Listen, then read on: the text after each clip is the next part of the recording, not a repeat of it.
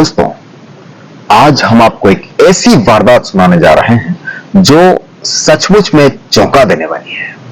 ये कहानी है जूनियर साइको किलर्स की। जी हां, जूनियर साइको किलर्स। और ये बस एक कहानी नहीं बल्कि सच्ची वारदात है जो कि 3 नाबालिगों द्वारा अंजाम दी गई है। एक ऐसा मर्डर, एक ऐसा कत्ल, एक ऐसा खून जिसको 3 नाबालिगों ने अंजाम दिया। जी हां, 3 नाबालिगों ने एक ऐसा मर्डर किया, एक ऐसा खून किया, एक ऐसा कत्ल किया कि आप सुनकर चौंक जाएंगे। शख्स की रूह निकल रही थी, उसका दम घुट रहा था, उसकी जान जा रही थी और ये तीनों एंजॉय कर रहे थे, मजे ले रहे थे। क्राइम की इस खौफनाक कहानी के जरिए हम बच्चों से जुड़ी एक ऐसी कड़वी हकीकत पेश करने जा रहे हैं जिसे जानने के बाद आप खुद चौंक जाएंगे, आपका दिल दहल जाएगा। दोस्तों, जैसा कि हम जानते हैं बच्चे हमारी आबादी का करीब 48% हिस्सा है। हमारी आबादी में 48% बच्चे हैं। जिस उम्र में बच्चों के हाथों में कलम होनी चाहिए, उन हाथों में आज बंदूकें हैं। जिन हाथों में किताबें होनी चाहिए, वे हाथ खून की स्याही से गुनाहों के पन्ने भर रहे हैं। बच्चों के जुर्म की ताजा और दिल दहला देने वाली कहानी बिहार के मधुबनी से सामने आई है। कत्ल की ये वो कहानी है जिसे बिहार के 3 नाबालिगों ने अंजाम दिया। कत्ल के केस में जो खुलासा हुआ उसने सभी को चौंका के रख दिया। बिहार के मधुबनी जिले से 14 फरवरी की सुबह नरवार फ्लाईओवर के नीचे पुलिस को एक लाश मिली। नेशनल हाईवे 57 पर खून से लथपथ लाश का मौका मुआयना कर पुलिस अफसरों ने शव को पोस्टमार्टम के लिए भेज दिया। पुल के नीचे मिली खून से लथपथ लाश पुलिस के सामने सबसे पहले चुनौती यह थी कि शव की शिनाख्त की जाए, इसकी पहचान की जाए। जाहिर है शव की शिनाख्त होगी तभी कातिलों तक पहुंचा जा सकेगा। शव की शिनाख्त के बाद पुलिस को कातिलों तक जाना था, लिहाजा मधुबनी पुलिस अधीक्षक ने डीएसपी अशोक कुमार के नेतृत्व में एक टीम बनाई। पुलिस ने शव की तस्वीरों को सोशल मीडिया पर शेयर किया ताकि पहचान हो सके। अगले ही दिन कुछ लोगों ने पुलिस से संपर्क किया और शव की शिनाख्त की। शव की पहचान भैरव स्थान थाना इलाके के रहने वाले कथना मोहनपुर गांव देवेंद्र यादव उर्फ देबू के तौर पर हुई। देबू पेशे से ड्राइवर था।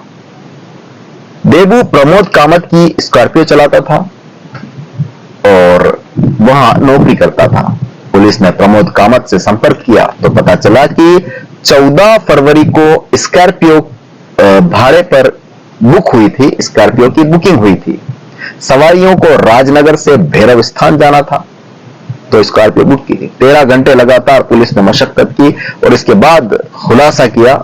जो पुलिस ने खुलासा किया वो होलनाक था। झंझापुर एसडीपीओ अशोक कुमार ने बताया कि स्कॉर्पियो की बुकिंग 16 वर्षीय किशोर नाबालिग ने अपनी बहन को ससुराल से लाने के लिए की थी।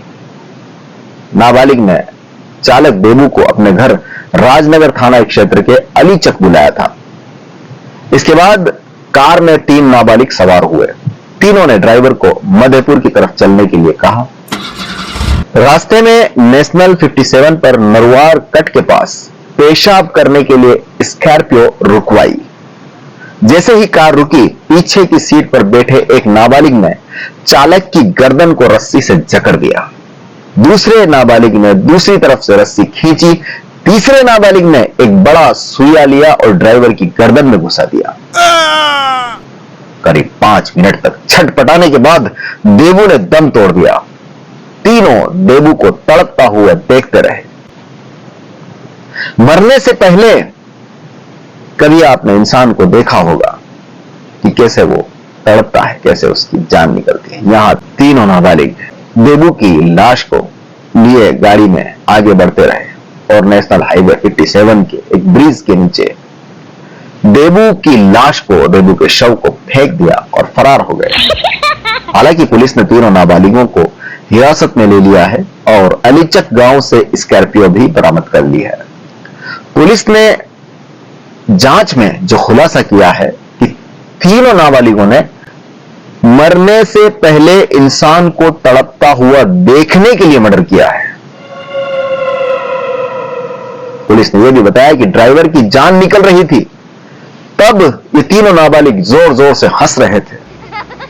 तीनों ने बताया कि ड्राइवर से उनकी कोई दुश्मनी नहीं थी। पूछताछ में इन तीनों ने बताया कि ड्राइवर से कोई दुश्मनी नहीं थी। इंटरनेट पर इन तीनों ने क्राइम शो देखा और क्राइम शो देखकर इस घटना को अंजाम दिया। क्राइम शो देखकर यह घटना अंजाम देने का इन्होंने प्लान बनाया।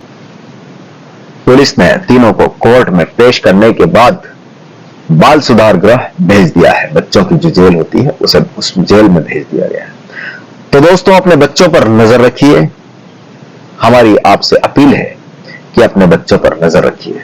बच्चों के दोस्तों को जानिए, जेब खर्च का हिसाब किताब रखिए, स्कूल में अटेंडेंस चेक कीजिए। आपका बच्चा कहां जाता है, किससे मिलता है और कितनी देर घर से बाहर रहता है, उसकी हर खबर रखिए। यह हिदायत नहीं बल्कि एक चेतावनी है, और यह चेतावनी हम नहीं बल्कि खुद पुलिस भी देती है। क्राइम के आंकड़े गवाह हैं कि देश के बच्चों के कदम बड़ी तेजी से जुर्म की काली दुनिया की ओर बढ़ रहे हैं। जिन हाथों में कलम होनी चाहिए, बेनन्हे हाथ कट्टे, बम और चाकू थामने को बेकरार हो रहे हैं। बच्चों के दोस्तों को जानिए। 10 से 16 साल तक के मासूम बच्चे लूट, कत्ल, झपटमारी, चोरी, जेब तराशी और बलात्कार जैसी संगीन वारदातों को अंजाम दे रहे हैं। आप ये जानकर और भी हैरान रह जाएंगे कि इन बच्चों में लड़कियों की भी एक बड़ी जमात शामिल है। जी हां, जो क्राइम की काली दुनिया में दस्तक दे चुकी है। सवाल यह है कि आखिर ये बच्चे तेजी से क्राइम की दुनिया का रुख क्यों कर रहे हैं? क्या इसके लिए मां बाप जिम्मेदार हैं, स्कूल कॉलेज जिम्मेदार हैं, या इस बदलते दौर में हम अपने बच्चों की जरूरतों को नजरअंदाज कर रहे हैं? जराइम के इस नए ट्रेंड में फिक्र की बात यह भी है कि बच्चों से क्राइम करवाने वाले कई गिरोह बाल कानून का फायदा उठा रहे हैं। गैंग भी करते हैं बच्चों का इस्तेमाल। जी हां, ये गैंग बाकायदा संगठित तौर पर ड्रग्स तस्करी, चोरी, जेब तराशी का काम बच्चों से करवाते हैं। ऐसे में अगर कोई बच्चा कहीं पकड़ा भी जाए तो असली मुलजिम पुलिस की पकड़ में नहीं आता, और बाल कानून के तहत बच्चा थोड़े वक्त के बाद रिहा हो जाता है।